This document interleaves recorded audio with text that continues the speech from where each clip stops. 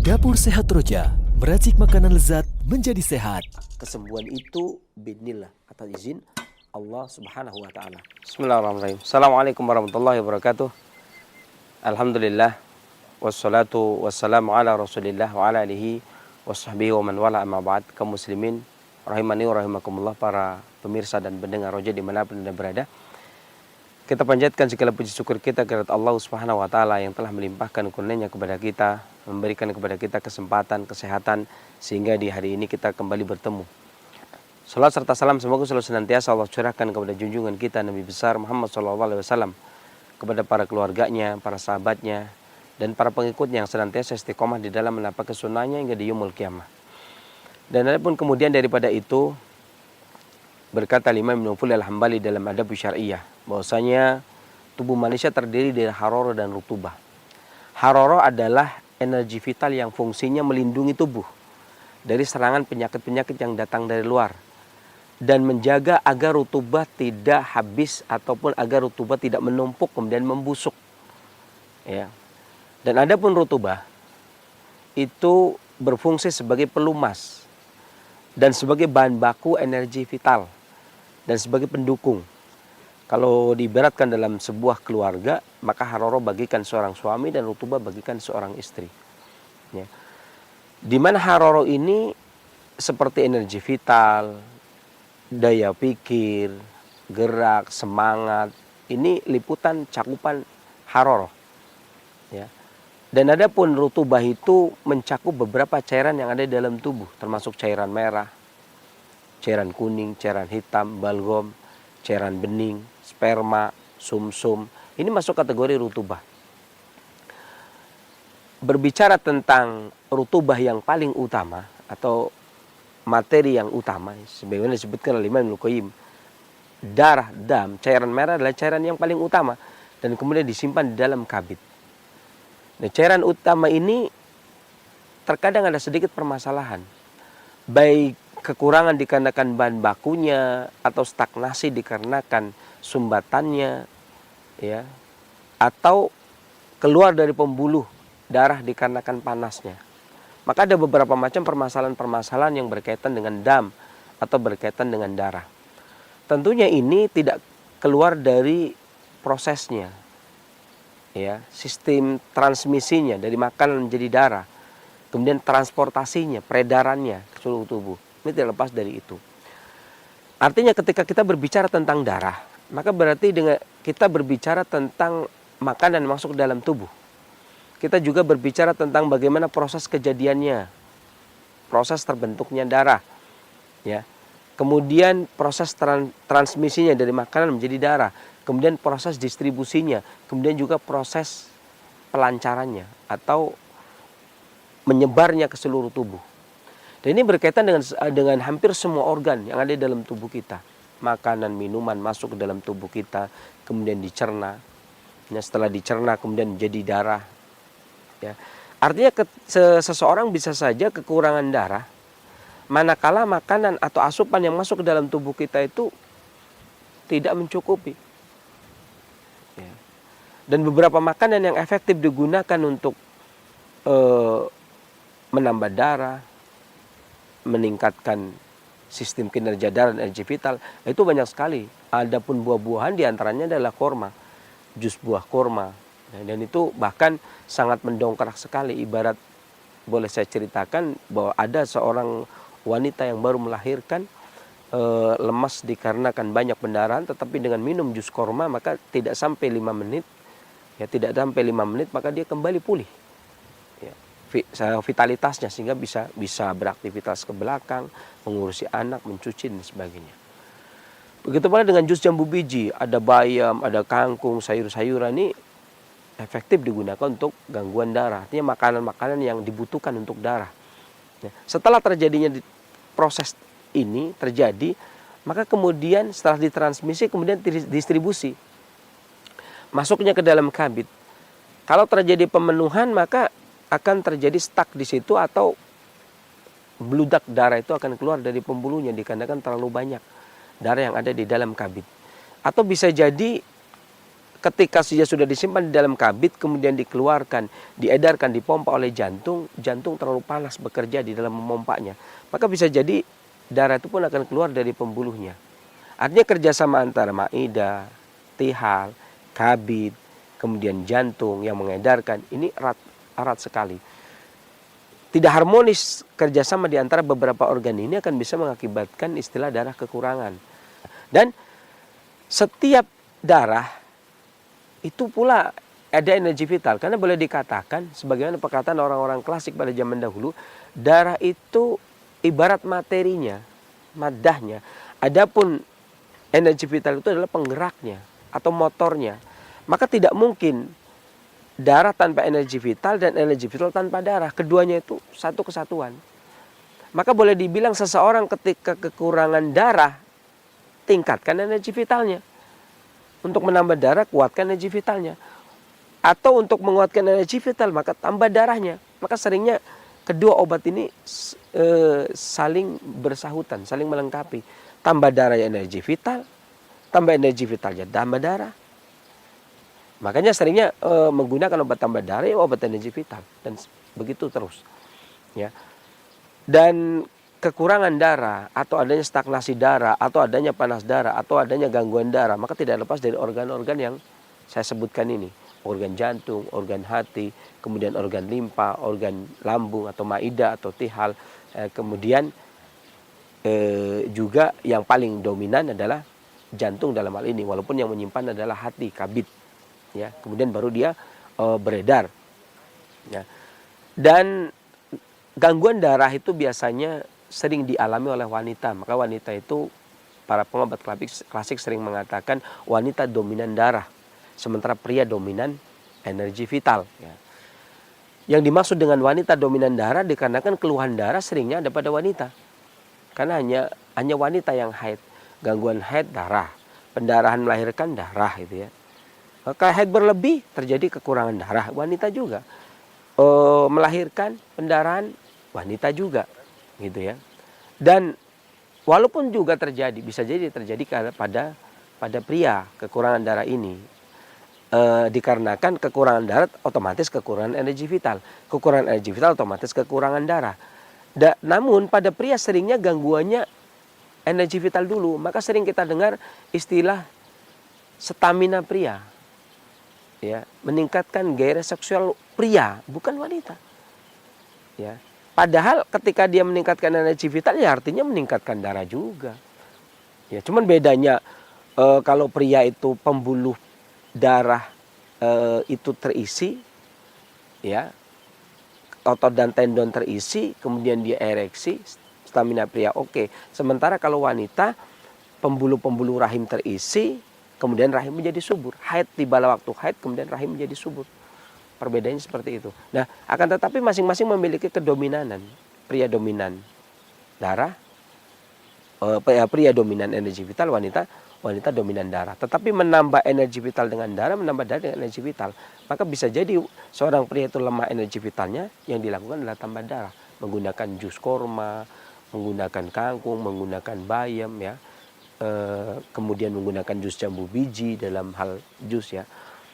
Dan pada kesempatan kali ini kita hendak dari Dapur Sehat Roja akan memberikan tips tentang bagaimana mengatasi gangguan kekurangan darah dan kekurangan energi vital.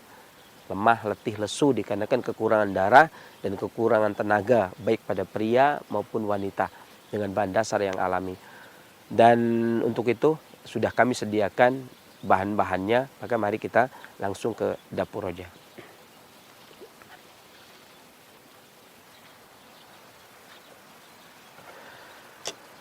Kaum muslimin rahimani wa rahimakumullah, kita kembali di Dapur Sehat Roja. Tadi setelah dia kemukakan di muka bahwasanya berkaitan dengan darah pada wanita, berkaitan pada energi vital pada pria, ini satu sama lain saling bersinggungan. Artinya tidak bisa dilepaskan. Sebagaimana pria dan wanita tidak bisa dilepaskan, maka darah dengan energi vital demikian pula. Darah tanpa energi vital, maka dia mati, tak berfungsi, sehingga dia beku. Begitu pula sebaliknya, energi tanpa darah dia nggak punya tempat pijakan. karena dia motornya. Ibarat manusia, ruhnya, energi vital, badannya adalah darah. Maka keduanya tidak mungkin dipisahkan. Kalau dipisahkan berarti energi mati, darah karena nggak punya tempat tinggal, kemudian darah pun mati dikarenakan tidak ada promotor, tidak ada penggerak. Dan pada kesempatan kali ini kita hendak menggunakan bahan-bahan jamu atau obat alami yang digunakan untuk meningkatkan atau mengatasi gangguan anemia, kekurangan darah ataupun energi vital yang sering digunakan oleh para pendahulu kita pada zaman dahulu. Yang pertama kita menggunakan 1 butir telur ayam kampung, 1 butir telur ayam kampung. Ya, kemudian kita rebus dulu, masak dulu airnya. Kemudian kita akan menggunakan air kunyit. Nanti kita akan merebus kunyit, kemudian airnya akan kita gunakan untuk campuran atau formula bersama dengan telur ya. Kemudian kita kasih jeruk nipis. Bahan baku yang berikutnya adalah jeruk nipis. Kemudian yang ketiga adalah madu. Saya terangkan dulu. Telur ini sebenarnya pemupuk rutubah. Yang paling cepat menjadi rutubah, artinya saya seperti katakan tadi, pemupuk rutubah artinya ya pemupuk energi. Pemupuk rutubah dalam hal ini berarti pemupuk energi vital gitu ya. Nah, kemudian madu juga pemupuk rutubah, pemupuk haroro. Bahkan kalau boleh dibilang madu ini memiliki sifat yang hangat, maupun ada yang mengatakan netral. Tapi Imam Suyuti mengatakan dalam Kitab Burrahmah fi wal Hikmah, madu disebutkan oleh Ibnul Mukri, dia memiliki derajat kedua ya, panas tingkat kedua atau derajat panas tingkatan kedua. Rasanya manis. Manis itu kalau didudukan menjadi sifat, manis itu memiliki sifat panas dan lembab. Ya. Sementara manusia memiliki sifat harora rutubah. Harora artinya panas, rutubah artinya lembab. Artinya sifatnya madu mirip-mirip atau sama dengan sifatnya manusia. Ya, manusia memiliki sifat harora rutubah. Madu punya sifat harora rutubah. Ya, maka madu itu manusiawi sekali. Ya, jadi ketika seseorang pria membutuhkan madu, itu manusiawi sekali. Begitu pula ketika wanita membutuhkan madu, maka itu manusiawi sekali. Kekurangan haroroh ataupun kekurangan rutubah boleh tambah madu pada pria. Kekurangan haroroh atau rutubah boleh tambah madu pada wanita. Artinya madu buat wanita, madu juga buat pria. Ya. Kemudian juga jeruk nipis. Ya. Jeruk nipis itu digunakan para ahli pengobatan klasik Tionghoa mengatakan hati mengembangkan fungsinya dengan makanan rasa asam. Nah, jadi dia untuk menguatkan hati di dalam menyimpan darah. Ini sudah mendidih, kita rebus dulu. Ini dengan air cukup setengah gelas. Ya, kita rebus kunyit.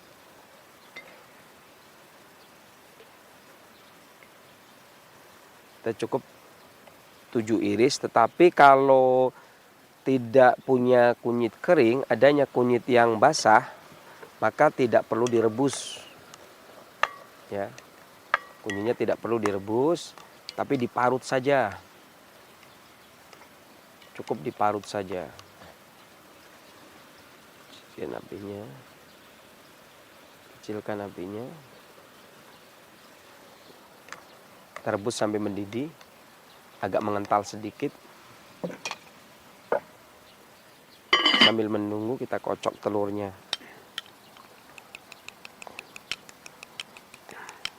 Satu butir telur ayam kampung, kemudian kita kocok.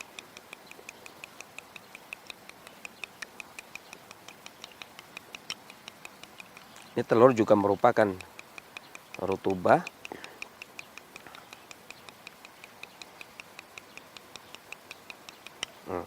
Kemudian kita tambahkan jeruk nipis. 1 butir jeruk nipis.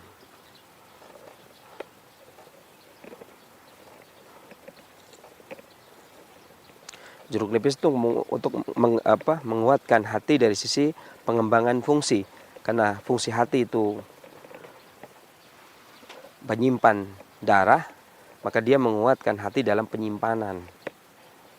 Sehingga darah itu memang memerlukan asin karena agar darah itu tidak terlalu panas dan tidak terlalu dingin, dan darah itu tidak membeku di kala dingin dan tidak mencair di kala panas. Maka dia membutuhkan makanan rasa asam karena asam ini menjaga kualitas darah. Kemudian kita campurkan.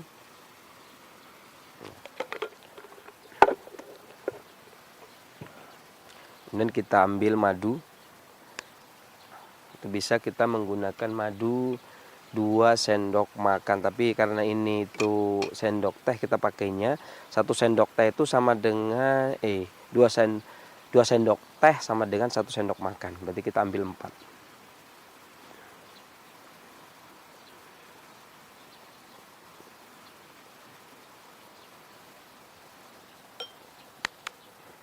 Kemudian kita kocok. Ini semuanya penambah rutubah. Secara teori ini semuanya penambah rutubah, tapi penambah rutubah ya penambah haroroh. Ya, artinya penambah darah itu penambah energi itu penambah darah. Jadi aduk sampai rata. Telur aduk, kemudian dikasih air jeruk nipis, kasih madu, kemudian diaduk. Biarkan agak dingin. Ya. Sedikit saja air kunyit. Ya, lebih kurang sekitar 2 sendok makan. Kemudian dicampurkan, kemudian diaduk rata.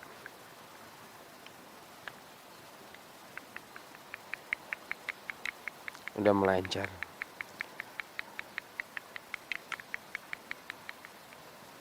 Kita juga udah kasih madu. Bagi yang, karena madu juga, jeruk nipis juga menghilangkan amisnya. Bagi yang lebih menyukai manis lebih manis lagi, maka boleh ditambah. Maka inilah telur madu atau madu telur untuk mengatasi gangguan anemia atau lemah lesu dikarenakan kekurangan darah dan kekurangan energi vital. Tips dari Dapur Sehat Roja.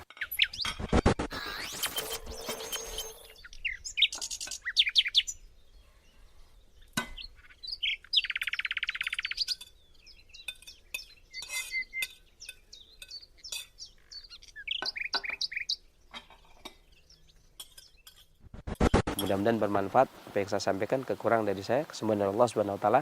Bila taufiq wal hidayah, alhamdulillah alamin. Wassalamualaikum warahmatullahi wabarakatuh. Dapur Sehat Roja, meracik makanan lezat menjadi sehat. Kesembuhan itu biidznillah, atas izin Allah Subhanahu wa taala. Bismillah, assalamualaikum warahmatullahi wabarakatuh. Alhamdulillah hamdan katsiran thayyiban mubarakan fihi kama yuhibbu rabbuna wa yarda. Asyhadu an la ilaha illallah wahdahu la syarikana wa asyhadu anna Muhammadan abduhu wa rasuluh la nabiyya ba'da ma ba'd. Ikhwata Islam azakumullah, para pendengar Radio Roja dan pemirsa Roja TV dimanapun Anda bisa menyimak siaran kami. Alhamdulillah, apa kabar Anda di kesempatan Rabu pagi menjelang siang ini? Semoga Anda beserta keluarga dalam keadaan sehat selalu dan semoga tentunya dalam penjagaan dan perlindungan Allah Subhanahu wa taala. Amin ya rabbal alamin. Dan seperti biasa di kesempatan ini kita berada dalam program Dapur Sehat Roja bersama narasumber kita, pakar kesehatan klasik kita, Sensei Abu Muhammad Faris Al-Kianji hafizahullahu taala. Dan alhamdulillah Sensei sudah berada di studio untuk menemani kita semua. Kita sapa terlebih dahulu.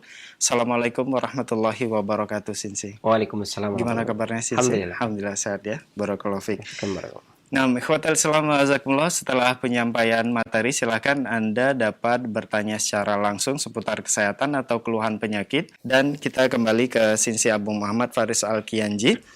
Sensei, kesempatan ini kita membahas tentang mencegah dan mengobati anemia atau kekurangan darah ya Sensei. Nah, dan racikan kunyit telur ayam kampung. Bahan-bahannya 7 iris kunyit, 1 telur ayam kampung, 1 jeruk nipis, 1 sendok makan madu. Benar ya Sensei? Baik, sebelum kita membahas tentang racikan dari bahan-bahannya, Sensei, ini secara klasik apa penyebab utama seseorang bisa terkena anemia, dan gejala awal dari anemia itu secara klasik itu seperti apa Sensei? Baik. Terima kasih pertanyaan. Bismillahirrahmanirrahim. Assalamualaikum warahmatullahi wabarakatuh. Alhamdulillah. Wassalatu wassalamu ala Rasulillah wa ala alihi wa sahbihi wa man wala amma ba'd. Terima kasih atas pertanyaannya, dan ini pertanyaan yang baik sekali. Jadi di dalam kesehatan klasik, memandang cairan merah atau darah ini sebenarnya ada memiliki sudut pandang yang berbeda sebenarnya dibandingkan dengan kedokteran barat. Ada beberapa sisi perbedaan. Di antaranya karakteristik darah itu sendiri dan tempat penyimpanan. Karena sepakat pengobatan klasik itu, mau Arab klasik maupun Tionghoa atau India, itu sepakat bahwasanya darah ini atau cairan merah, saya katakan cairan merah ini disimpan di dalam kabid. Ya, mungkin berbeda pendapat dengan kedokteran barat. Al-Imam Ibnu Qayyim juga menyebutkan di Miftah dari Sada juga disimpan di dalam kabid. Kemudian Imam Suyuti dalam Kitabur Rahmah fi wal Hikmah juga di dalam kabid, gitu ya. Beberapa Tibun Nabawi juga disebutkan disimpan di dalam kabid. Cairan merah tersebut disimpan di dalam kabid. Begitu pula dengan pengobatan klasik Tionghoa juga mengatakan bahwasanya cairan merah tersebut, ya, Xie itu ya, itu juga disimpan di dalam kabid. Jadi dan mungkin kedokteran barat memiliki sudut pandang yang berbeda, ya, yakni darah itu tidak disimpan di dalam kabid. Menengahi permasalahan ini sebenarnya makna disimpan, itu ya, makna disimpan ini. Terkadang orang itu memahami yang dimaksud dengan disimpan itu adalah semua darah itu terkumpul kemudian disimpan. Ya kan? Padahal logikanya begini. Misalkan suatu contoh, kita mengatakan uang saya tabung di bank. Gitu ya. Otomatis bukan semua uang dong. Ya kan? Tiap hari kita masih bisa belanja gitu. Atau uang saya simpan di celengan. Ya kan? Di tempat untuk nabung. Itu kalimat seperti itu tidak menunjukkan bahwanya semua uangnya itu ada di tabungan tersebut, itu ya. Artinya ada juga yang digunakan untuk operasional harian, itu ya. Bapaknya itu buat bekerja, beli bensin lah atau beli makanan atau apa untuk ya kesehariannya dia ketika dia bekerja. Kemudian juga istrinya juga digunakan untuk operasional harian, makan dan sebagainya. Tapi tentunya ada yang disimpan, ya kan? Kalimat disimpan itu berarti ada sisa, gitu ya. Kalau tidak ada maka tidak. Artinya ini pendapat pengobat klasik. Jadi yang perlu dicermati sekali adalah makna disimpan tadi. Kalimat disimpan ini jangan diartikan penyimpanan itu semua darah ketika prosesnya itu makanan dan minuman dicerna, kemudian salah satunya menjadi cairan atau menjadi rutubah, dan salah satu rutubahnya itu darah. Kemudian menjadi cairan darah, kemudian kata Al-Imam Ibnu Qayyim diserap, disimpan di dalam kabid. Jangan sampai memahami pengertian disimpan ini adalah semua darah diambil kemudian disimpan. Nggak ada yang lain. Di tempat lain itu nggak ada. Itu nggak mungkin. Sesuatu yang nggak mungkin. Kenapa? Karena semuanya membutuhkan darah. Ya, mata juga membutuhkan darah untuk melihat. Darah dengan energi vital. Ya. Ini perbedaan sudut pandang sebenarnya masih bisa diadakan penyatuan, ya. Artinya sudut pandang ini karena ya itu tadi masalah definisi bahasa tadi, ya, ta'riful bahasa tadi. Kadang-kadang orang bahasa ini, kalau bahasa ini bahasa saduran, ya, bahasa bukan bahasa asli, itu ketika dibawakan ke terjemahan itu agak susah juga, ya. Seperti misalkan Xie dalam Tionghoa, cairan yang warnanya merah, kemudian dam, gitu kan, cairan juga yang warnanya merah, kemudian diterjemahkan di negeri kita ini kemudian menjadi darah, kemudian diberikan definisi. Ternyata definisinya masing-masing memiliki sudut pandang yang berbeda, ya. Dari sisi definisi. Itu yang pertama. Kemudian yang kedua juga, darah ini, setiap darah ini memiliki energi. Artinya darah ini merupakan materi yang didorong oleh energi, ya. Makanya kurang tidaknya darah itu juga bergantung kepada energi. Kadang-kadang kurang ini kan kita udah ada tabungan tadi, ya. Jadi kadang-kadang kalimat kurang itu bukan berarti seseorang itu kekurangan, betul-betul kekurangan itu di tubuh itu nggak ada. Artinya masih ada daya simpan. Ini pengobatan klasik ini meyakini demikian karena satu contoh. Misalkan ini ada orang yang melahirkan, kemudian pendarahan, ya, mengeluarkan darah yang banyak. Ya, dulu kan nggak ada istilah transfusi darah, kan. Ada istilah transfusi darah. Kemudian bagaimana mengembalikan dia? Orang dulu kemudian kalau yang Arab keturunan Hadramut itu mereka menggunakan korma di jus, kemudian diminumkan gitu ya.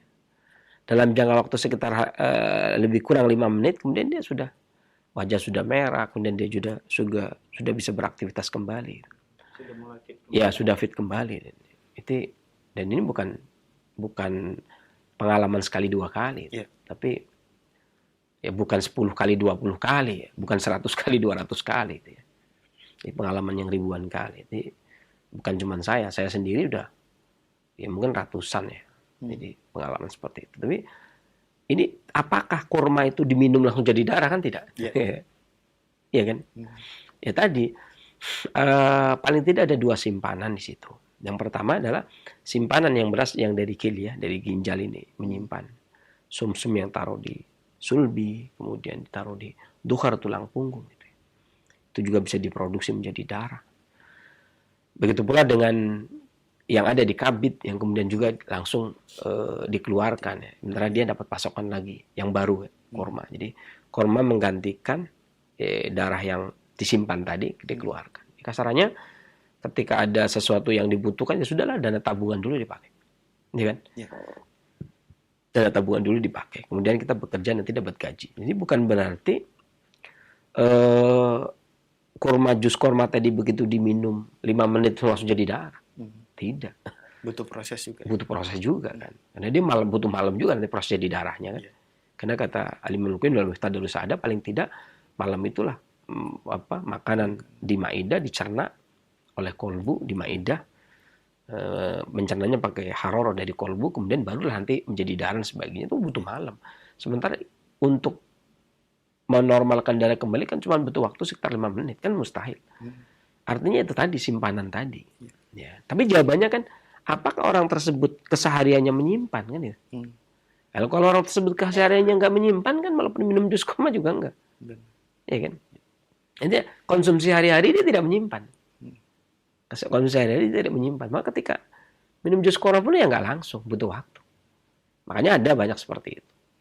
Tapi ada juga yang, ini trombositnya turun, HB-nya turun, ya kan, darahnya rendah sekali. Minum jus korma, kemudian begitu minum, tadinya pucat dingin, kemudian minum, ya kisaran 5 menit, kemudian pulih kembali. Ini bukan darah, memang kan matematikanya beda, artinya hitung-hitungannya beda. Kalau barat ini kurang darah, pasti tambah darah gitu ya. Kalau pengobatan klasik kan tidak, tambah kurang darah, boleh jadi tambah energi, karena energi itu nanti mengeluarkan darah lagi. Makanya Imam Suyuti berpendapat darah itu sifatnya panas karena dia mengandung energi vital. Ini berbeda dengan Ibnu Qayyim yang memisahkan dengan sifat darah asli itu sendiri. Artinya gini, kekurangan darah ini penyebabnya sangat bervariasi dan banyak sekali. Ini pada waktu juga saya akan meringkas menjadi 3 saja saya sebutkan. 3 aja saya sebutkan. Yang pertama adalah seseorang kekurangan darah disebabkan karena sindrom astemia jantung dan limpa. Dikarenakan lemahnya jantung dan limpa. Dan ini perlu diperhatikan bahwasanya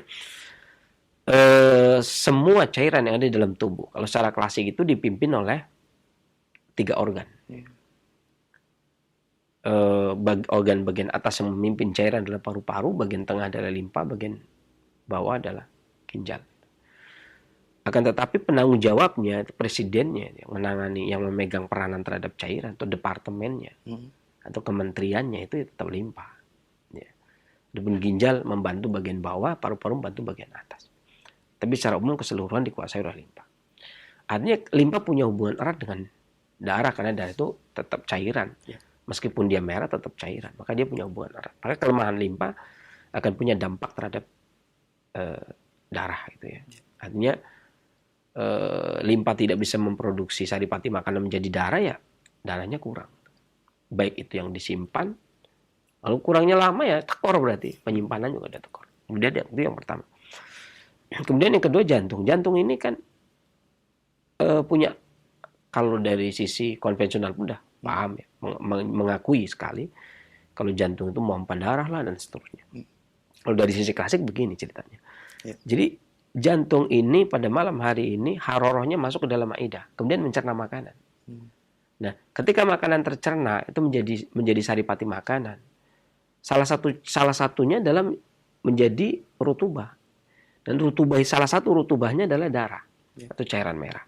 Artinya kalau panas jantungnya lemah, berkurang, maka produksi makanan menjadi saripati itu gagal itu. Atau pasokan rutubah itu akan berkurang.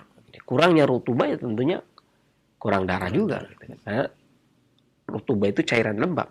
Itu masuk kategori darah juga. Maka kelemahan jantung dan limpa akan berimbas kepada kekurangan darah. Karena ibarat kata ya seperti hasil produksi tersebut. Misalkan ada produksi ini. Nah, ini HP diproduksi. Ya kan tergantung karyawan. Kalau karyawannya satu ya. Iya kan? Iya kan? Karyawannya kurang karyawan ya tetap saja produksinya kan sedikit gitu ya. Oh, ini pesanan banyak, pastinya tambah karyawan itu kan. Pertama diusahakan lembur nggak bisa, ya tetap tambah karyawan kan. Tapi kalau pesanannya kurang, ya kan, pengeluarannya kurang, tentunya ngurangi karyawan kan. Adanya pemecatan karena perusahaan itu mengeluarkan barang sedikit. Kalau mengeluarkan barangnya banyak, dia akan terima karyawan lagi kan. Gitu.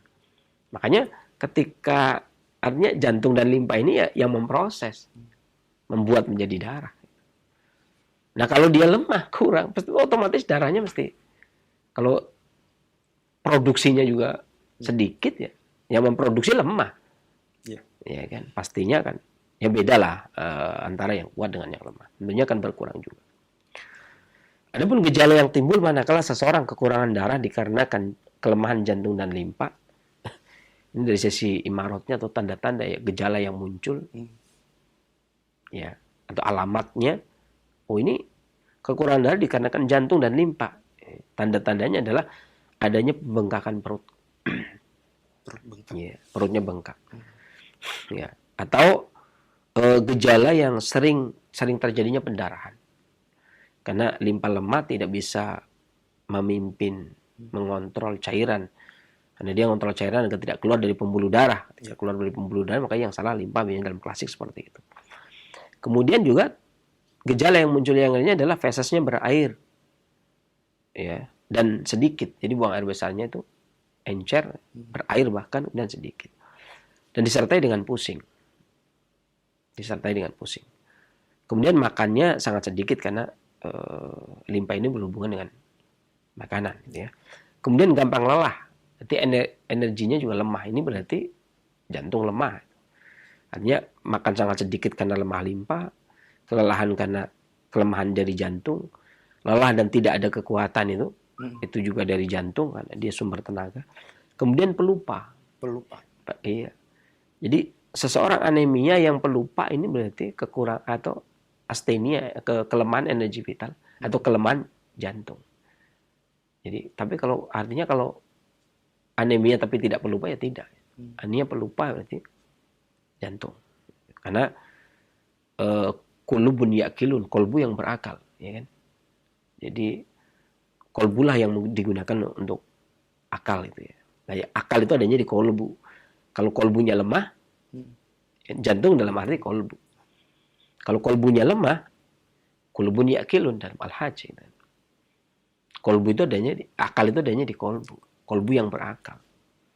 Maka kolbunya ya kurang akal itu ya. Memorinya agak kurang. Karena jadi juga pelupa. Makanya ini berarti dari sisi jantung. Suaranya pelan atau gugup. Gugup itu apa ya? Grogian gitu ya. Grogian. Kemudian berkeringat di malam hari, ini ciri khas. Jantung itu tidak bisa mempertahankan keringatnya. Kemudian berdebar dadanya. Jantungnya berdebar nih karena lemah jantung. Dan kurang selera makan karena limpanya. Napas pendek karena jantungnya. Tidak bisa tidur karena jantungnya. Raut wajahnya rapuh. Rapuh itu maksudnya menguning. Pucat. Agak menguning ya, wajahnya agak menguning gitu ya. Kayaknya nggak kuat gitu ya. Kalau agak wajah yang ini kan agak kemerahan gitu. Ya. Jadi kayak wajah-wajah meriang gitu ya, gampang sakit. Nah kalau kejadian seperti ini, maka makanan yang bagus, selain tadi tentunya resep yang tadi kita sebutkan, makanan yang bagus, kan tadi obat ya. Makanan yang bagus adalah hati sapi. Hati sapi. Ya. kemudian telur ayam, cumi beda dengan sotong ya, cumi boleh. Kemudian tiram, ya. Kemudian juga bayam. Ini bayam boleh bayam sayur, boleh bayam duri. Kemudian lengkeng, kemudian ikan sejenis ikan kembung, ikan selar, itu jenis seperti itu. Kemudian juga apel, ya. Kemudian juga kentang, kemudian juga beras, royal jelly dan ubi merah. Ini makanan yang bagus.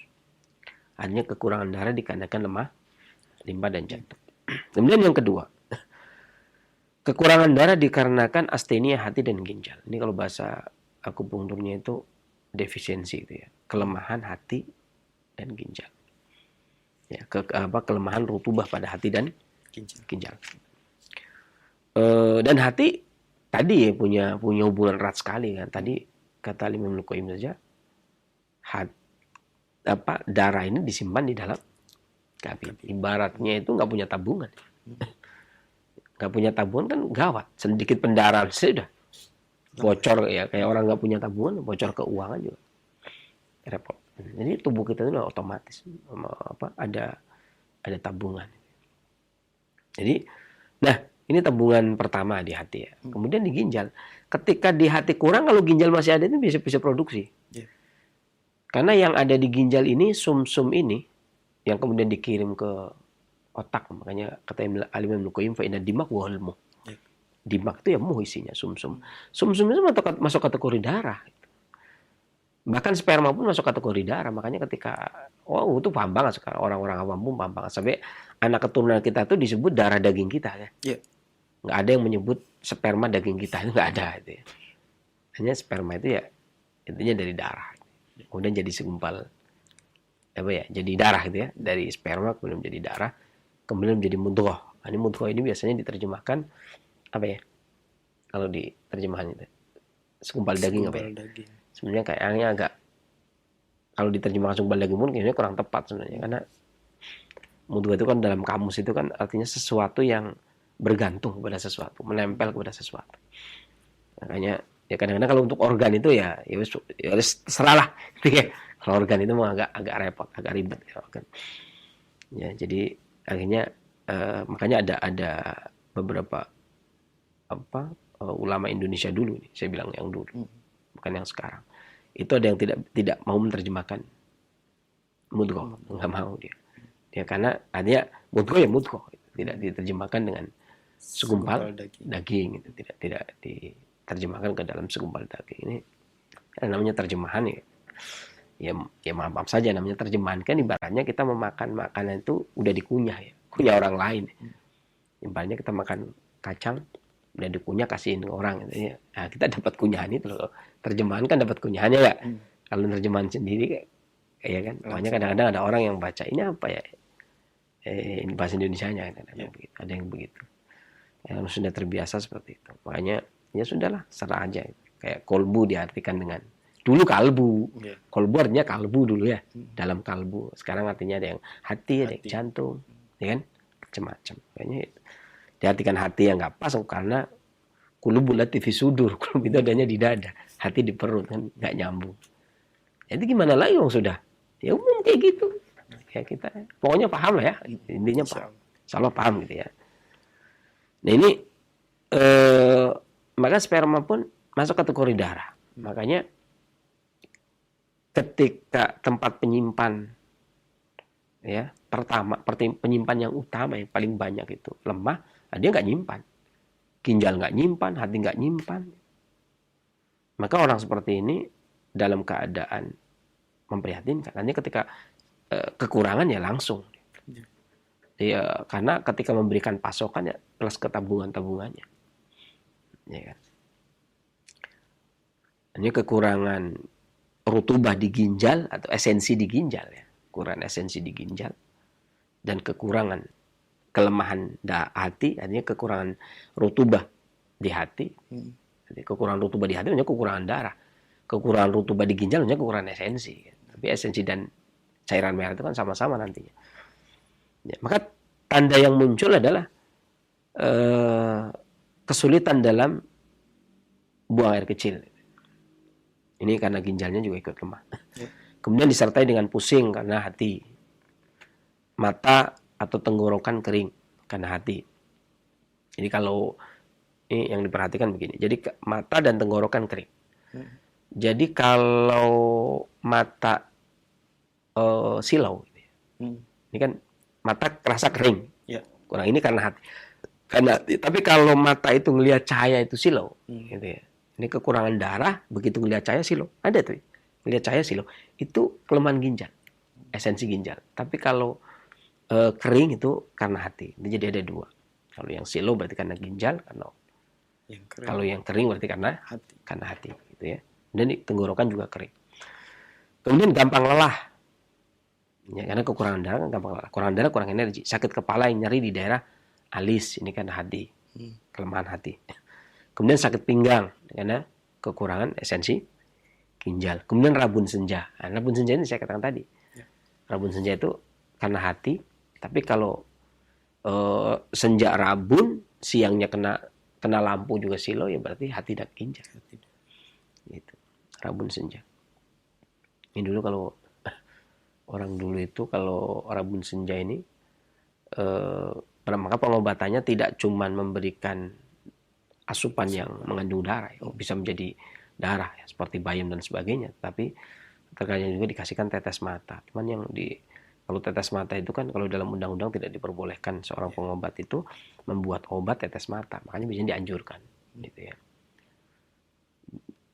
Kemudian keringat di malam hari, ini kelemahan hati. Nyeri di perut bagian atas, ini masih wilayah hati. Kemudian telapak tangan dan kaki panas, ini kekurangan cairan pada ginjal atau esensi pada ginjal. Matanya merah karena kekurangan esensi pada hati. Telinganya berdenging, kalau telinga berdenging kekurangan esensi pada ginjal. Kemudian tidak bisa tidur dengan pelupa, itu kekurangan esensi di ginjal, panas berlebih di jantung akhirnya, maka tidak bisa tidur dan pelupa. Tidak bisa tidur dan pelupa. Ini punya hubungan erat itu antara ginjal dengan jantung di dalam masalah akal. Kemudian pinggangnya lemah karena ginjal lemah, raut wajahnya rapuh karena hati. Kemudian kedua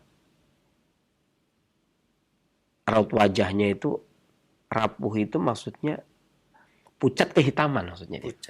Pucat kehitaman. Rapuhnya itu kan ada orang yang kalau orang-orang gagal ginjal kan wajahnya sama dia. Agak dia pucat tapi kehitaman. Jadi kelihatannya itu ngelihat wajahnya itu kayaknya wajah gampang sakit gitu ya, gampang sakit. Dan kalau kondisi seperti ini, maka makanan yang bagus tentunya selain tadi ya, selain resep obat tadi kan. Ini makanan yang bagus adalah sarang burung. Ini agak keren nih, karena setiap esensi ginjal biasanya ini. Para pengobat klasik itu ini beda ya. Pengobat klasik Cina itu lebih memilih sarang burung. Kemudian pengobat klasik Jepang lebih memilih sirip ikan hiu. Pengobat klasik India lebih memilih tanduk badak atau tanduk rusa atau tanduk kerbau atau tanduk kambing gitu. Ini. Jadi sarang burung itu kalau versi pengobat klasik Tionghoa itu lebih memilih sarang burung kalau yang kaya gitu kan. Ya, tapi kalau tanduk badak, tanduk kerbau di Tionghoa digunakan untuk penurun demam, panas. Tapi kalau di India, kalau itu justru untuk itu kekurangan esensi sampai menambah sperma, menambah jumlah sperma, menambah darah. Jadi sama-sama kerbau atau sama-sama badak di negeri yang berbeda fungsinya berbeda.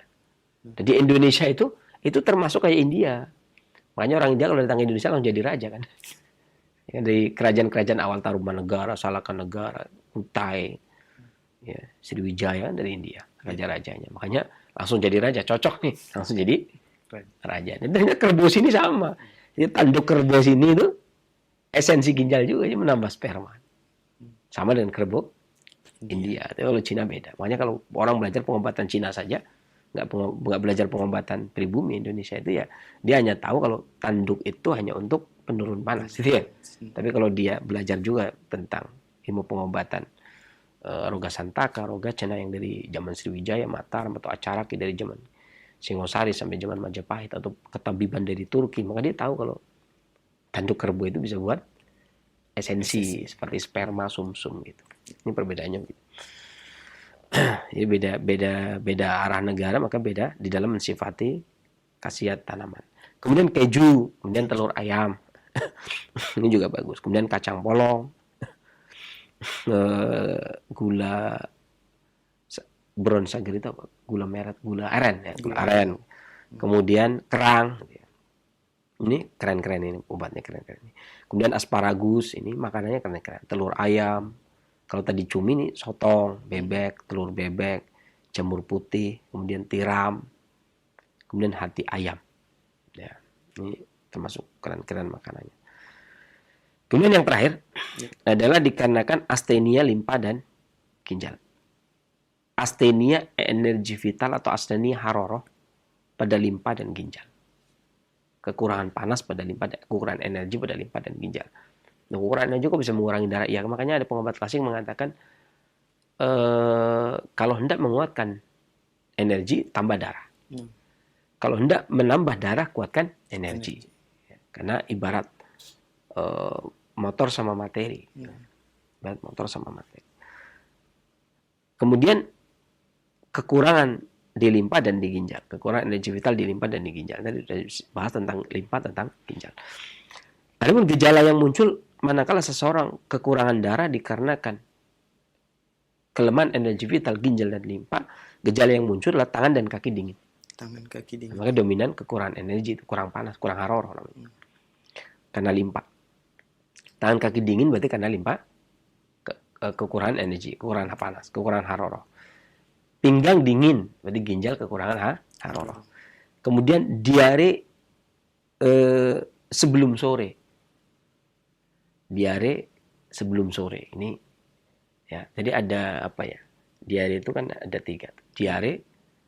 Diare yang dimaksud diare kelemahan limpa, diare kelemahan energi vital limpa itu berarti buang air besar. Mencret terus menerus tuh. Terus mencret terus menerus. Kemudian diare kekurangan energi vital di ginjal. Diare sebelum subuh. Diare sebelum subuh. Walaupun cuma 1 kali gitu ya. Itu disebut diare. Kalau dalam pengobatan klasik disebut diare. Kan kita buang air. Kalau saya buang air besarnya gimana? Normal, rutin. Sekali sehari. Kapan? Sebelum subuh. Ini namanya diare itu. Nah, dalam pengobatan klasik dia disebut diare. Mungkin dalam pengobatan lain dia disebut normal, karena sekali sehari. Tapi dalam pengobatan klasik, maka dia disebut kemudian diare. Ya.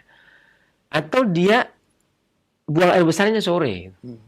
Ini namanya diare juga.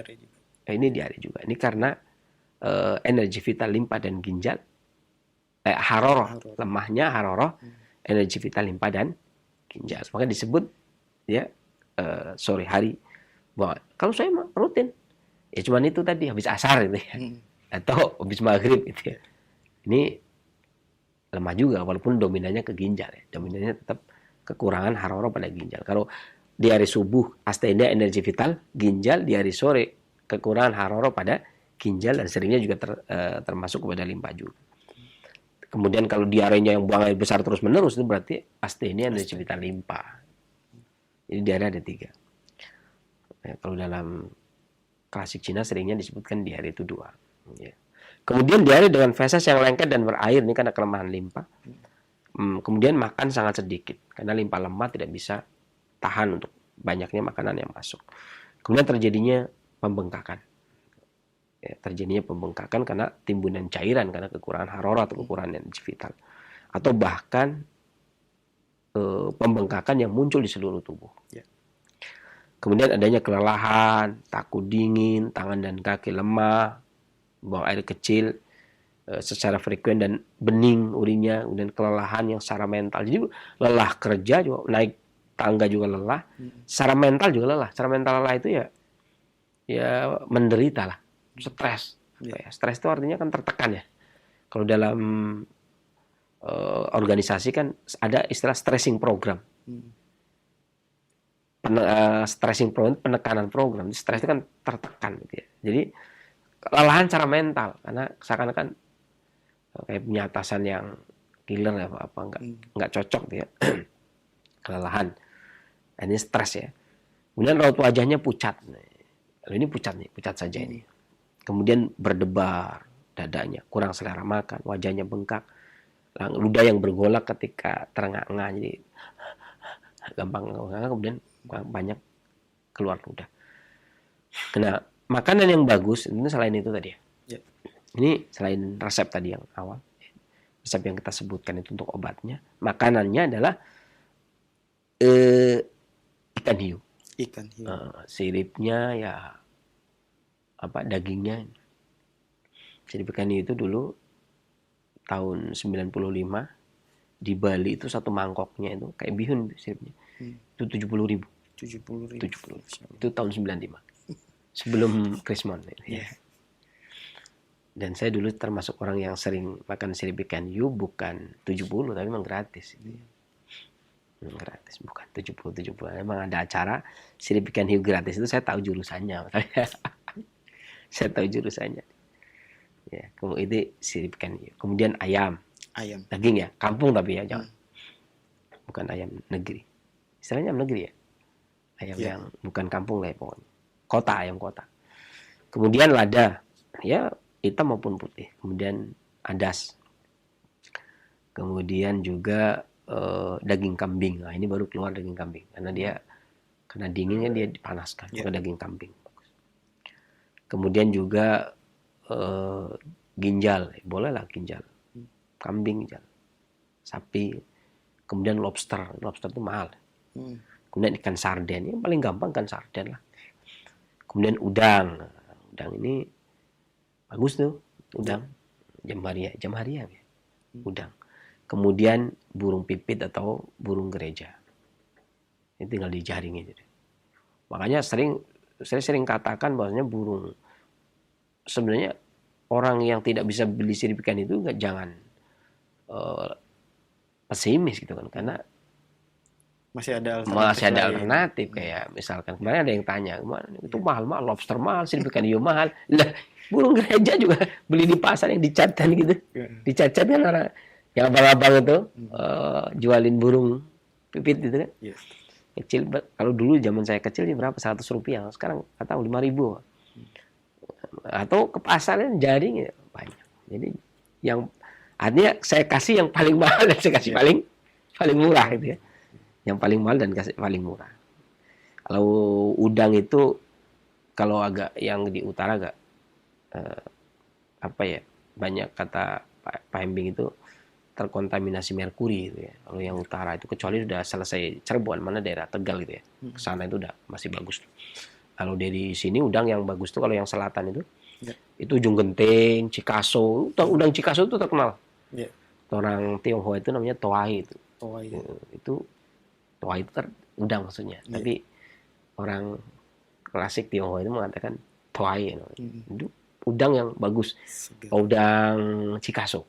Itu bagus. Ujung Genting, ada Ujung Genting, ada Cikaso. Cikaso itu agak wulung.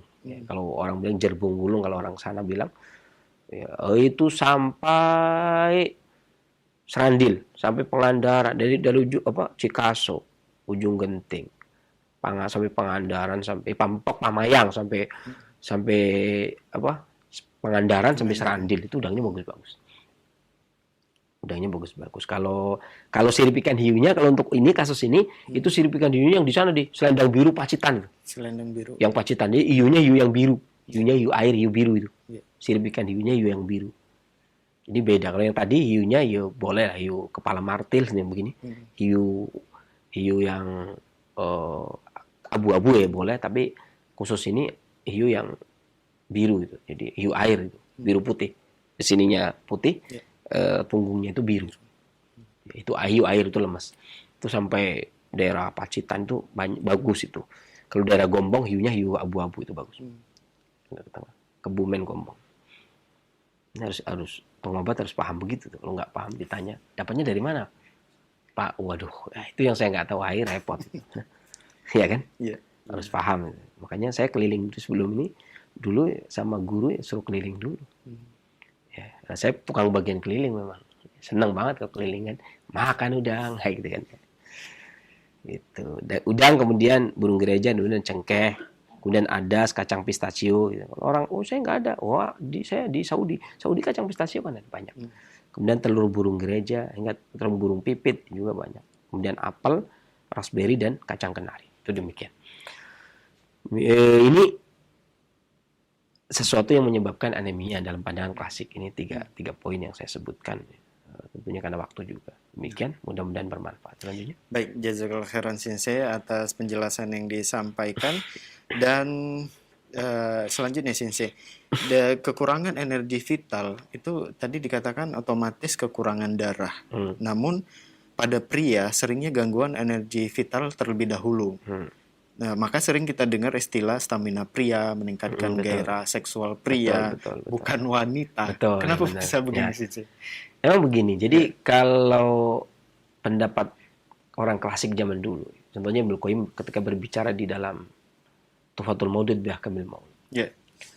Sperma pria itu warnanya putih. Tahu lah ya, sepakat. Sperma pria itu warnanya putih. Sifatnya panas. Ya kan? Panas itu turunannya dominan energi. Kan energi itu panas yang paling rendah. Dominan energi. Panas lembab gitu ya. Sementara sperma wanita itu warnanya kuning. Ya. Sifatnya dingin lembab. Makanya dia dominan darah. Pria dari sisi sperma udah beda. Dari sisi sperma yang mau jadi janin pun nanti akan beda. Dan yang tentang jenis kelamin, kemudian tentang face itu kan disebutkan dalam Sahih Muslim, Sahih Bukhari. Yang dominan itulah yang kemudian akan membentuk gitu ya. Dan ini dominan. Nah, seorang pria ini secara umum sifatnya, ini secara umum lah ya. Secara umum. Saya nggak bicara yang pelamboyan gitu ya. Secara umum gitu ya. Yang normal, secara fitrah. Cara fitrahnya yang normal yang kalau nggak. Jadi ya panas lembab secara normal. Lembab. Artinya kalau ada seorang lelaki itu sifatnya dingin ya. Makanya ada istilah dingin itu buat wanita. Frigid itu wanita, itu kan. Oh dia frigid nih. Frigid itu artinya dingin. Artinya di kayak apapun juga dia nggak minat, berhubungan itu nggak minat. Tapi kalau pria itu kan nggak ada istilah. Memang pembunuh berdarah dingin, darah dingin. Itu memang nanti wanita pria itu kan seakan-akan tidak tertarik dengan wanita kan. Yang namanya orang yang sikap dia dingin. Itu kan tidak punya hasrat, tidak punya ketertarikan. Tapi secara umum pria itu yang jadi permasalahan dia adalah stamina, karena memang seorang pria itu sifatnya panas, dan kalau kalau kata Ibnu Mufli dalam Adab Syariah, memang dominan panas itu haroro itu tugasnya memang melindungi, kemudian menjaga, gitu. Ya, memperlancar urusan gitu ya. Ini ya perumpamaan itu ada pada pria. Karena pria itu sifatnya panas, maka dia seumpama sebagai pelindung. Jangan sampai kemudian ada kebalikannya. Lelaki yang dilindungi istrinya itu kan. Ada maling juga istrinya yang suruh ngejar gitu ya. Suaminya takut, ya nggak bisa begitu artinya ya. Atau istri yang manjat genteng, suami yang nyapu halaman kan gitu. Mesti kan orang kan mengatakan kebalik. Mesti simbolnya, karena lelaki itu simbolnya energi. Lelaki itu erat kaitannya dengan energi. Dalam klasik Cina juga demikian. Lelaki erat kaitannya dengan energi, sementara perempuan itu dengan darah. Sampai-sampai gangguan kewanitaannya darah. Ketika ditanya, bagaimana haidnya? Ya kan? Nggak ada kemudian lelaki nggak berdarah nggak apa-apa. Nggak mengeluarkan darah nggak apa-apa. Ya kan? Benar. Karena darahnya sperma tadi. Artinya seumur hidup lelaki itu tidak terjadi pendarahan. Nggak ada masalah kan? Nggak ada masalah. Tapi kalau wanita, salah pasti. Kalau wanita itu dominan darah. Artinya di sini ketika seseorang kekurangan darah, pada pria biasanya dominan yang dipupuk adalah energi. Ya kan? Seorang kekurangan darah, berarti masalahnya karena kurang energi. Maka pada pria pengobatannya yang dipupuk adalah kuatkan energi. Sementara pada perempuan secara umum, secara tabiat ya, perempuan itu biasanya kekurangan darah.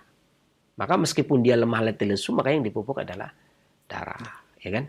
Makanan-makanan tadi, ya sayur lah, ya kemudian tujuan utama adalah memupuk darah sehingga menguatkan energi vital.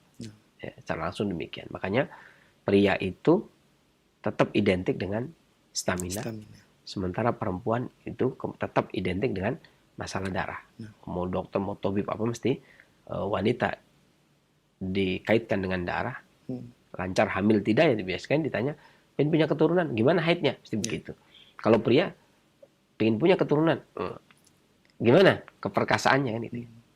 Kalau loyo ya namanya juga loyo, gimana mau punya anak kan begitu.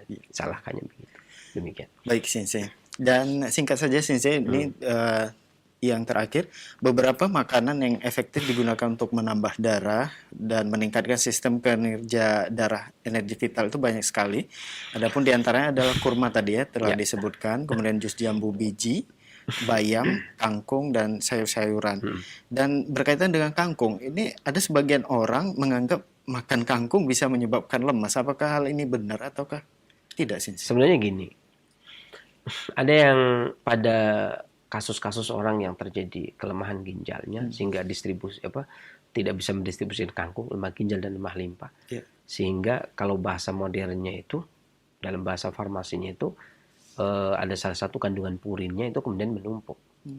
Gitu ya. Tetapi saya sempat baca artikelnya Lani Lingga, seorang orang Indonesia yang hidup yang praktek di Singapura.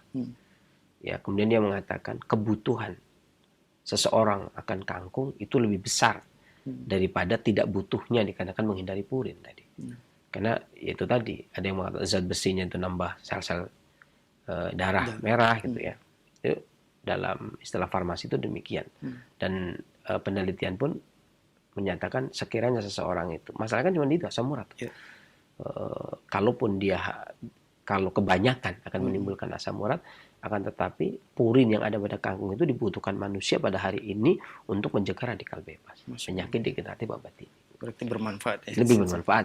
Artinya manfaatnya lebih besar untuk meninggalkan itu lebih mudaratnya lebih besar.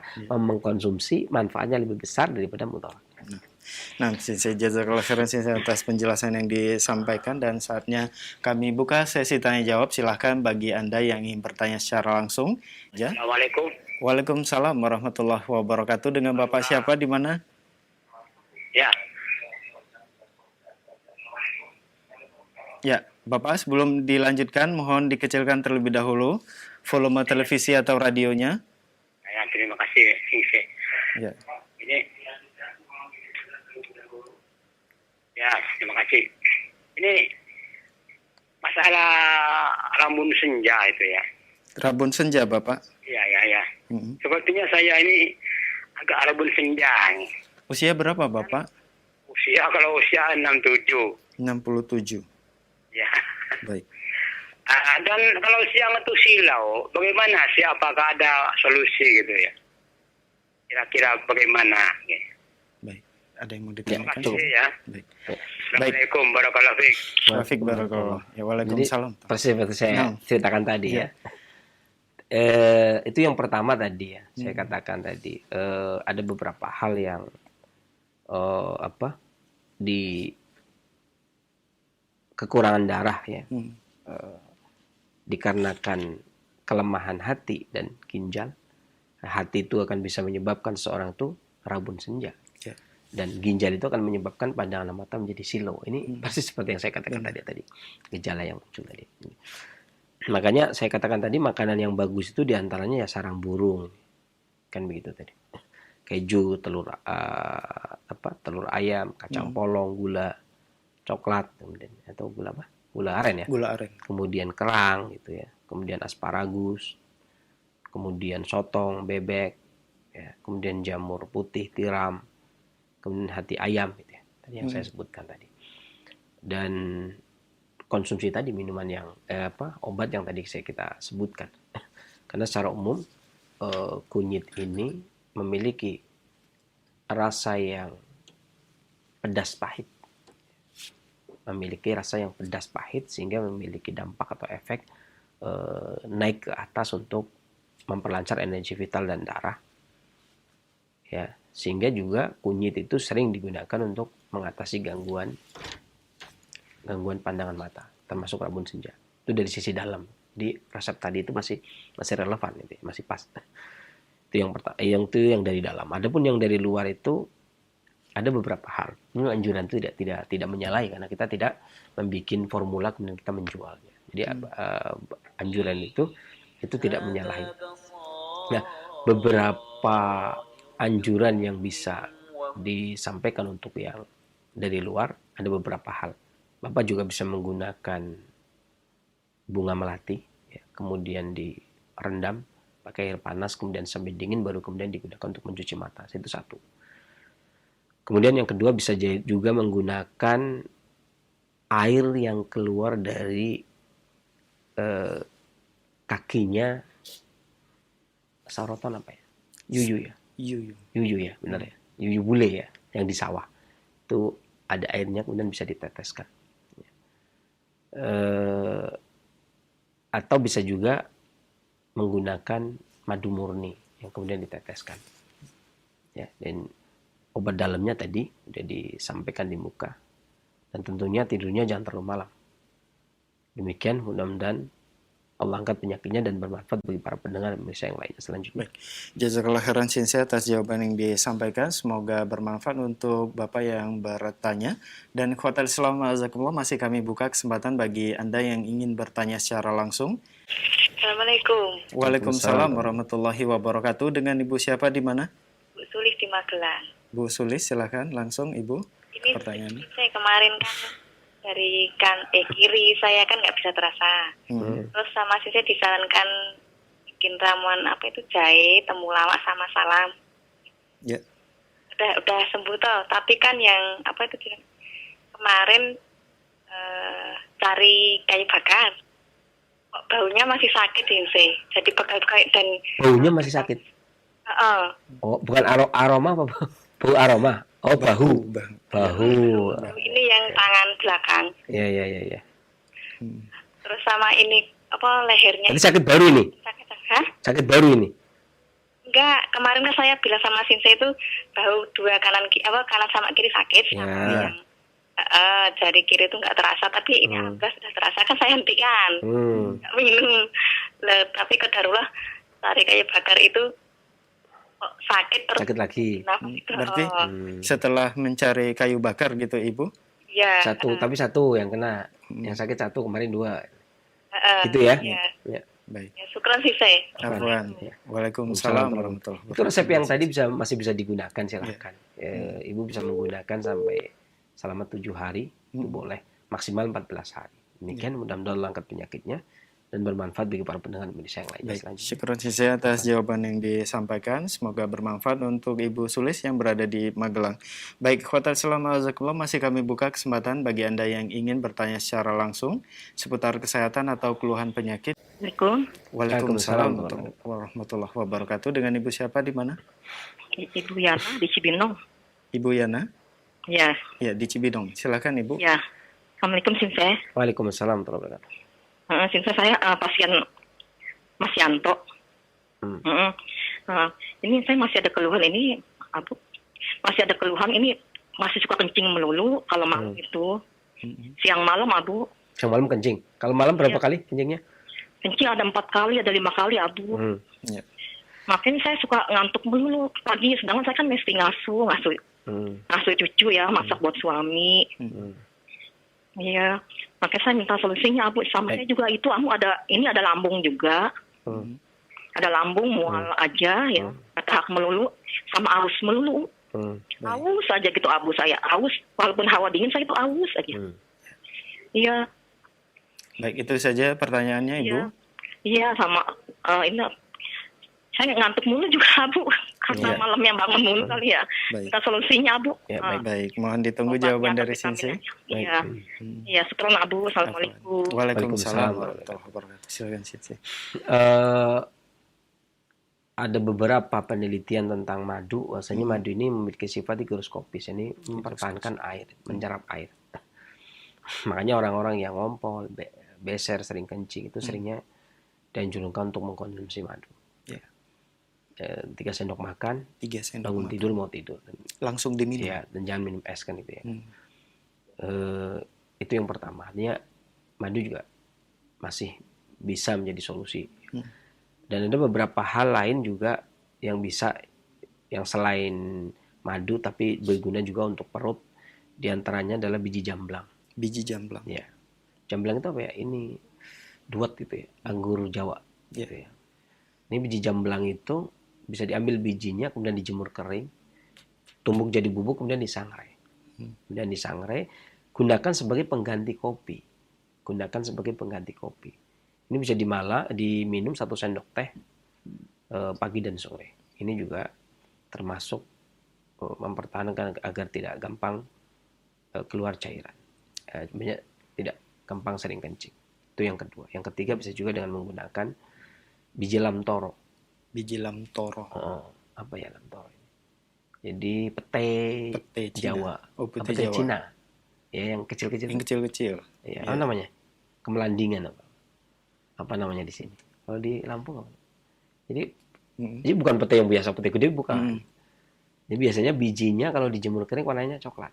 Ya kan? Iya. Nah, kalau enggak hijau kan. Jadi itu dijemur kering kemudian disangrai, itu juga sebagai pengganti kopi. Kemudian disangrai sebagai pengganti kopi.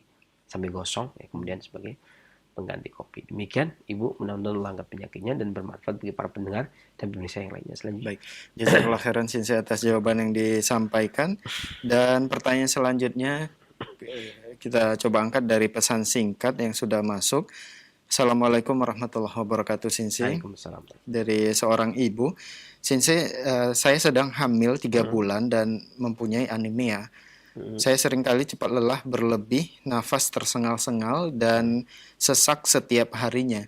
Kira-kira apa penyebabnya dan bagus saya konsumsi tiap hari untuk mengurangi sesak dan lelah. Jazakallahu khairan. Ya, sebenarnya kurang tidur juga, karena kurang tidur itu akan melemahkan fungsi hati. Iya. Kita udah bahas tadi ya, ketika masalah di hati juga akan bisa menyebabkan. Makanya banyak orang yang jangan suka begadang, nanti kurang darah, pucat gitu ya. Iya. Seorang ibu hamil itu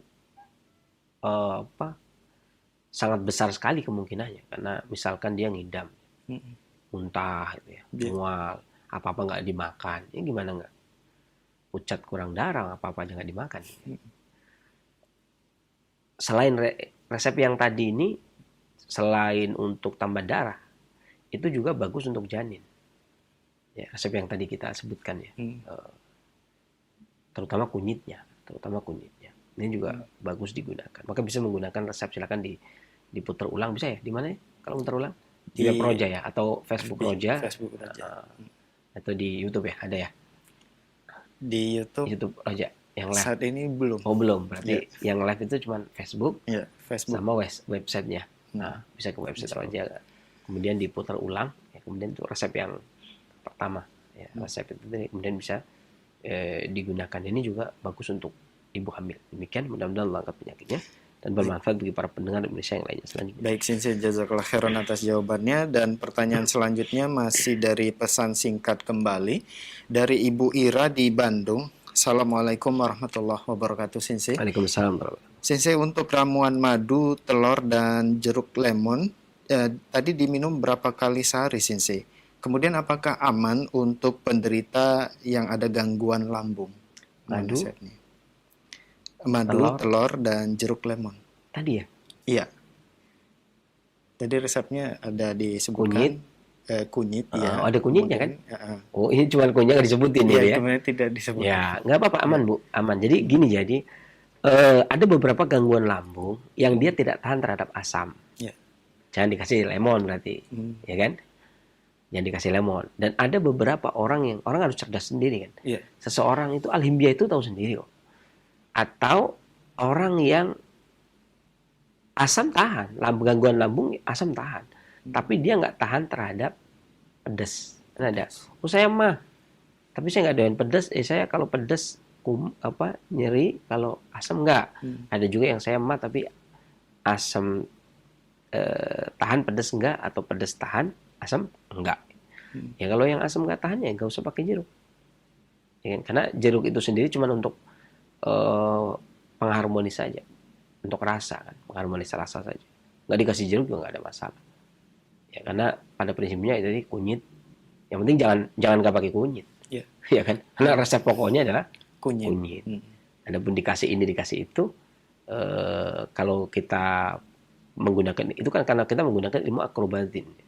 Kalau nggak menggunakan ilmu akrobatin, menggunakan ilmu tunggal ya, yang disampaikan oleh Imam Ibnu Qayyim kan ilmu tunggal. Ya sah-sah saja cuma dengan kunyit saja juga nggak ada masalah. Jus korma juga itu nggak ada masalah gitu ya. Ya. Cuman kalau menggunakan ilmu akrobatin ya, dan ini juga peracikan, dapur kan racik, yang menjadi makanan, menjadi minuman yang segar gitu ya. Itu bolehlah ditambah ini, ditambah itu agar menjadi minuman atau makanan yang bisa dinikmati. Itu maksudnya begitu ya. Jadi bukan kaku.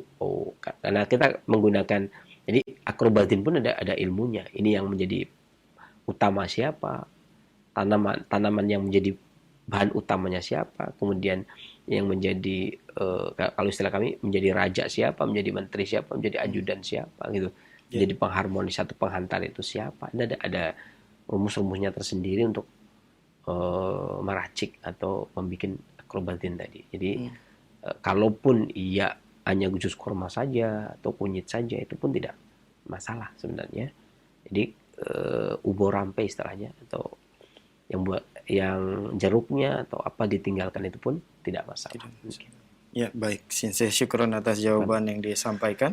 Dan pertanyaan selanjutnya masih dari pesan singkat kembali dari hamba Allah, tidak menyebutkan namanya. Assalamualaikum warahmatullahi wabarakatuh, Sensei. Sensei, saya mempunyai rasa takut yang berlebih, apalagi jika keluar rumah. Kepala saya jadi sakit dan mau jatuh. Sudah lama di rumah pun kepala juga masih sakit, mau jatuh. Ini penyebabnya apa sih? Mohon nasihatnya. Syukur. Di dalam Ighasatul Lahfal, Al-Imam Ibnu Qayyim menyebutkan bahwa penyakit kolbu obatnya itu ada dua, alamiah dan syariah. Penyakit kolbu kalau di dalam Zadul Ma'ad disebutkan penyakit kolbu itu obatnya satu, syar'i.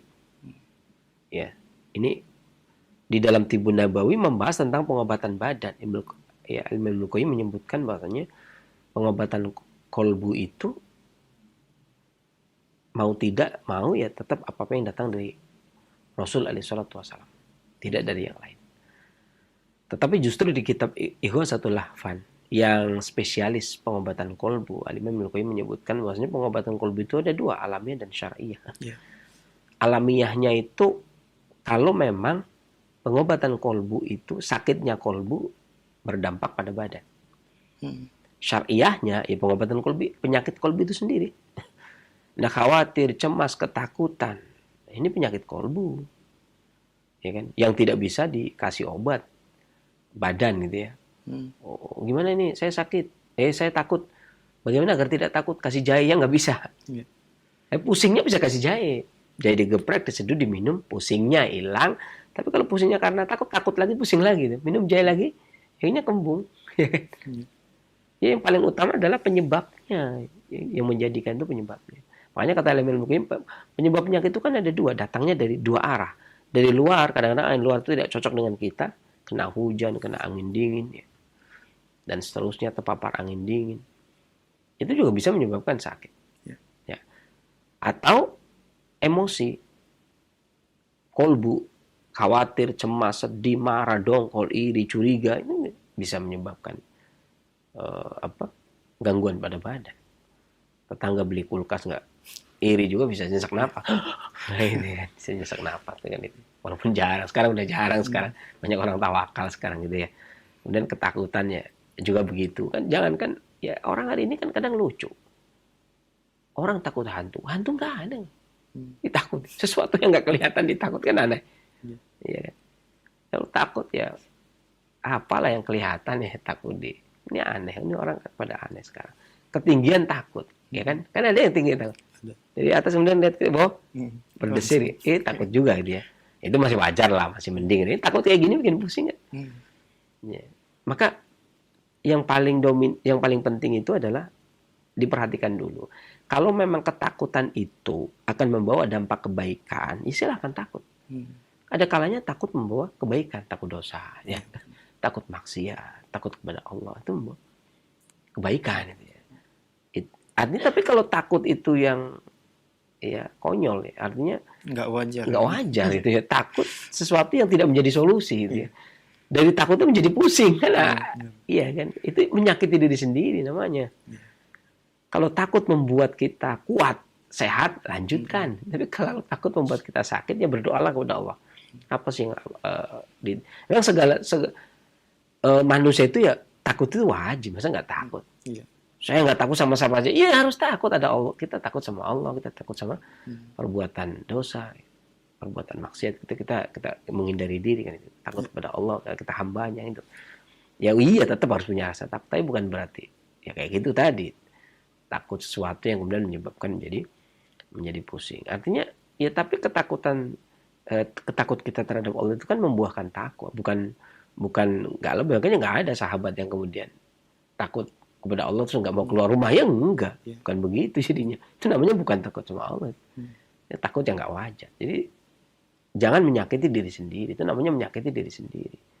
Itu namanya menyakiti diri sendiri. Dan bukan menyakiti diri sendiri, ngerepotin orang lain, tetangga, saudara, orang kayak gitu kan. Saya pernah punya pasien begitu. Saya soalnya saya takut merepotkan. Ya, saya langsung ngomong pasien tersebut, justru ini merepotkan Pak. Ya kan? Justru ini merepotkan. Saya takut merepotkan. Ini malah merepotkan. Coba kalau Bapak nggak takut, ya kan? Khawatir, cemas. Ada yang bilang ya saya takut mati. Ya, Pak, mati ditakutin. Oh pasti. Sesuatu yang pasti kok ditakutin. Ya kan? Sesuatu yang pasti ditakutin. Sesuatu yang nggak ada yang kita nggak boleh takut. Sesuatu yang pasti juga nggak boleh takut. Artinya makanya jadi orang itu jangan terlalu banyak khayal. Berpikir yang logika-logika saja. Artinya kita tidak punya kemampuan apapun. Yang punya Allah. Segala sesuatu itu urusan Allah yang punya kehendak. Artinya jangan sampai kita berpikiran kalau nggak punya duit sekian kita tenang. Harusnya kita makan hari ini pun kita tenang. Umur kita belum tentu sampai nanti sore kok. Kan gitu ya. Tenang-tenang. Masalahnya kan yang pikir setahun yang ke depan kita mau apa? Ya Allah. Kalau nyampe. Mikirnya kok tahun depan saya harus bangun rumah. Bikin pesawat. Ya repot banget orang jadi orang. Santai saja. Nggak ada yang perlu ditakutkan. Jadi poin terpentingnya adalah mengatasi rasa takut. Datang ke Ustadz minta nasihat. Dan banyak berdoa kepada Allah Subhanahu Wa Taala. Bukan Ustadz yang mengobati rasa takut. Tetap Allah yang menyembuhkan rasa takut tersebut. Makanya berdoa kepada Allah, minta kepada Allah Subhanahu Wa Taala. Adapun pusingnya bisa minum jahe. Ya, demikian mudah-mudahan melangkat penyakitnya dan bermanfaat bagi para pendengar Indonesia yang lainnya selanjutnya. Baik, jazakallah khairan Sensei atas jawaban yang disampaikan. Semoga bermanfaat untuk penanya. Dan ikhwatal Islam azakumullah, masih kami buka kesempatan bagi Anda yang ingin bertanya secara langsung. Waalaikumsalam warahmatullahi wabarakatuh. Dengan Ibu siapa di mana? Mohon maaf Ibu, suaranya tidak begitu jelas. Dikecilkan terlebih dahulu volume televisi atau radionya Ibu.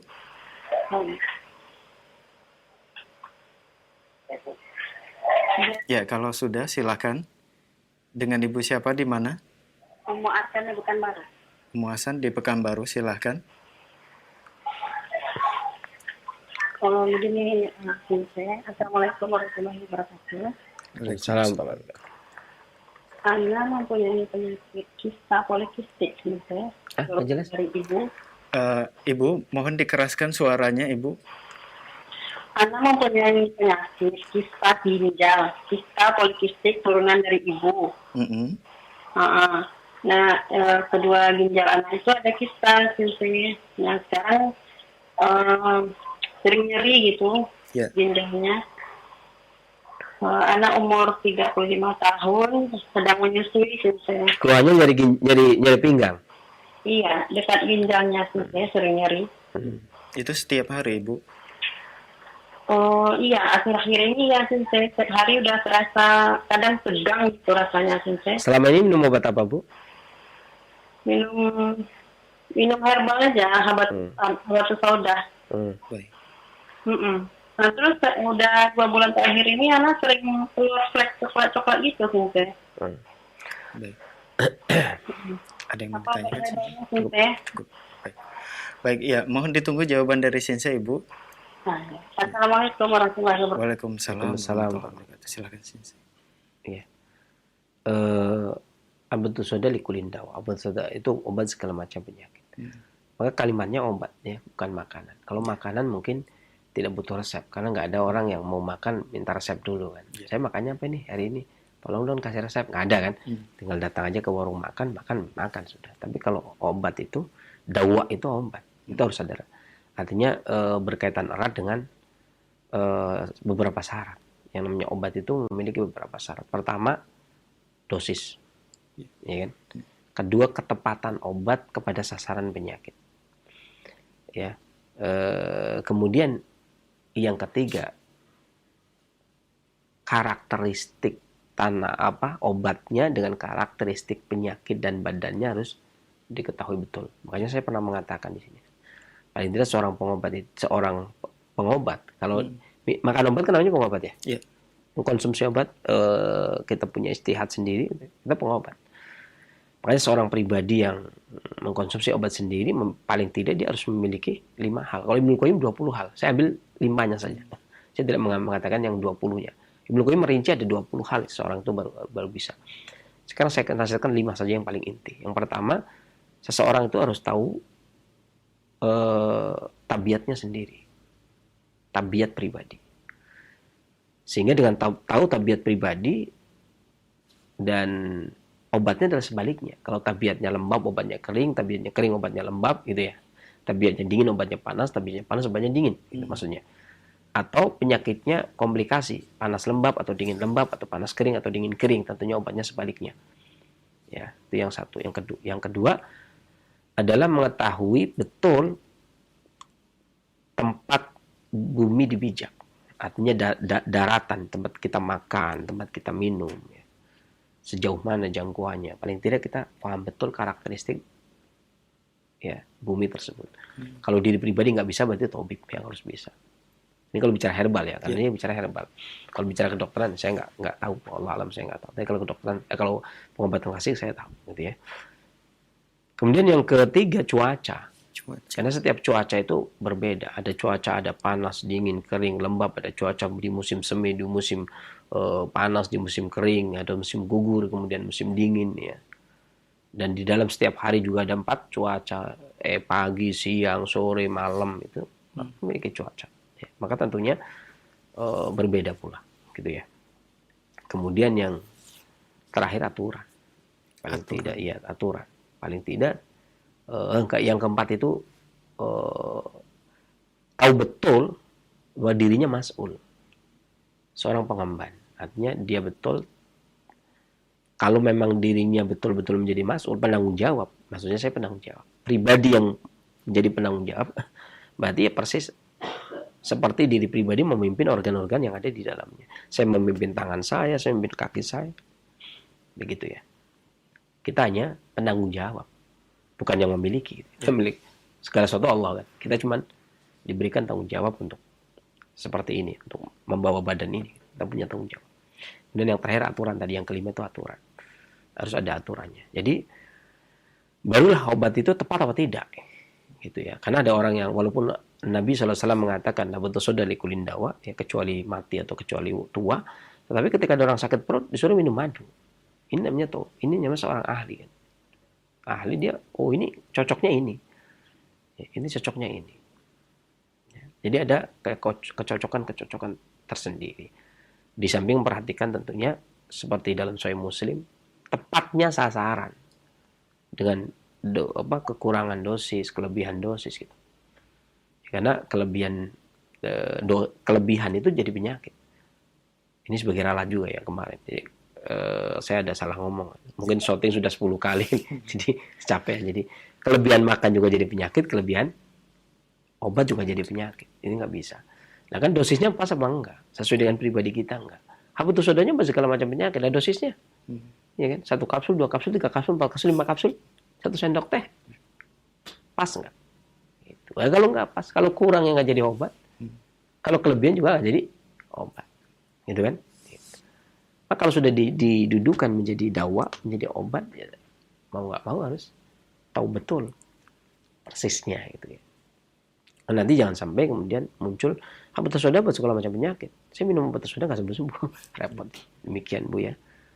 Dan kalau sakit kista ya harusnya ke dokter, karena yang beri nama sakit itu dokter. Adapun sakit pinggang, di daerah pinggang dikarenakan ada pembengkak, ada benjolan tadi, ibu bisa mengkonsumsi 1 ibu jari temulawak. Ini saya hukumi keluhan tadi ya, saya nggak hukumi kistanya. Ibu bisa mengkonsumsi 1 ibu jari temulawak ditambah dengan 1 genggam daun tapak 5. Kemudian direbus dengan 2 gelas air sampai mendidih, kecilkan apinya jadi 1 gelas. Lakukan minum pagi dan sore. Mudah-mudahan Allah angkat penyakitnya dan bermanfaat bagi para pendengar dan pemirsa yang lainnya selanjutnya.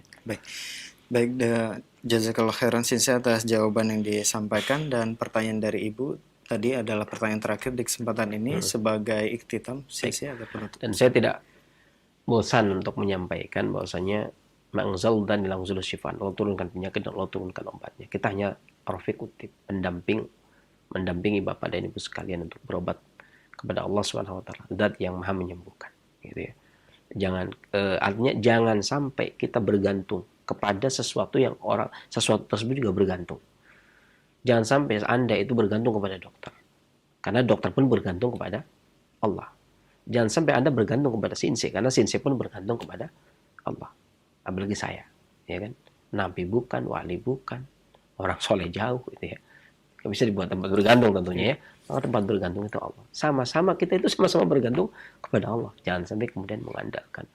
Ya, waduh gimana sih ini pertanyaan saya nggak dijawab, beliau hancur. Wah, ya nggak bisa begitu. Saya tidak bisa jadikan gantungan. Itulah bukti kelemahan saya. Jadi ketika ada kelemahan, kekurangan, ketidaksembuhan itu, wah senang saya, manusiawi sekali. Saya manusiawi sekali. Artinya Anda harus memang tempat bergantung kita. Saya aja kalau sakit bergantungnya kepada Allah. Sakit nggak sakit artinya kehidupan kita itu bergantung kepada Allah Subhanahu wa taala, gitu ya. Dan jangan sampai kita meyakini amalan yang kita lakukan, usaha yang kita lakukan itu sudah cukup menjadi bukti bahwasanya kita akan sembuh. Nggak bisa, gitu ya. Dan bagian dari tanda-tanda seseorang itu mencukupkan diri dengan perbuatannya adalah ketika dia kurangnya takut kepada Allah ketika melakukan kekeliruan. Nggak apa-apa, saya makan ini juga nggak apa-apa. Nanti kalau ini juga tinggal minum obat, wih kacau itu, repot kalau seperti itu. Nggak apa-apa, saya nggak apa-apa ngerokok sakit nggak apa-apa, nanti minum obat sembuh. Wih, pede banget. Dia mabuk minum minuman keras gampang. Kalau ini tinggal minum ini, wih repot, itu kacau itu. Maka kata ahli hikmah pengobat klasik yang mengatakan merupakan sebagian tanda dari seseorang tersebut bergantung kepada perbuatannya sendiri adalah berkurangnya dia ketakutan dia kepada Allah, berkurangnya rasa takut dia kepada Allah, itulah, dan berkurangnya juga rasa harap kepada Allah. Dan ini terjadi terkadang begitu, yakni ketika dia melakukan kekeliruan tapi dia tidak takut, menggampangkan ya. Istilahnya menggampangkan. Ini Ibnu Qayyim juga menyebutkan dalam ad-dawa ya, atau dalam Al-Jawabul Kafi, itu juga disebutkan tentang masalah orang yang yang berprasangka salah terhadap Allah. Allah gampang nanti kita berbuat salah tapi istighfar juga diampuni, gampang. Ini kacau banget. Kita tahu dari mana? Ya, jadi perhatikan apa yang kita lakukan itu ya. Jangan sampai kemudian kita terlalu pede pasti Allah akan mengampuni, atau terlalu pede pasti Allah akan menyembuhkan. Ini saya udah minum obat, pasti Allah menyembuhkan. Sebagaimana saya makan, pasti Allah akan kasih kenyang. Wih, jangan dulu begitu. Ya, jangan terlalu berprasangka seperti itu. Berbaik sangka, terlalu kepedean juga nggak boleh. Terlalu buruk sangka, wah saya pasti mati, nggak mungkin saya nggak ada obatnya. Itu juga salah. Ya, maka bergantunglah kepada Allah Subhanahu wa taala, jangan bergantung kepada manusia, yang mana manusia itu pasti bergantung kepada Allah Subhanahu wa taala. Bergantunglah kepada tempat bergantung. Memang Allah yang Maha Kuasa dan Maha Bijaksana, tempat semuanya bergantung ya. Jangan sampai bergantung kepada manusia yang memang mereka juga sama-sama lemah mencari gantungan. Demikian yang saya sampaikan, mudah-mudahan bermanfaat. Kesempatan dari Allah Subhanahu wa taala, kekurangan dari saya akhiri. Bila taufiq wal hidayah, alhamdulillah rabbil alamin. Wassalamualaikum warahmatullahi wabarakatuh.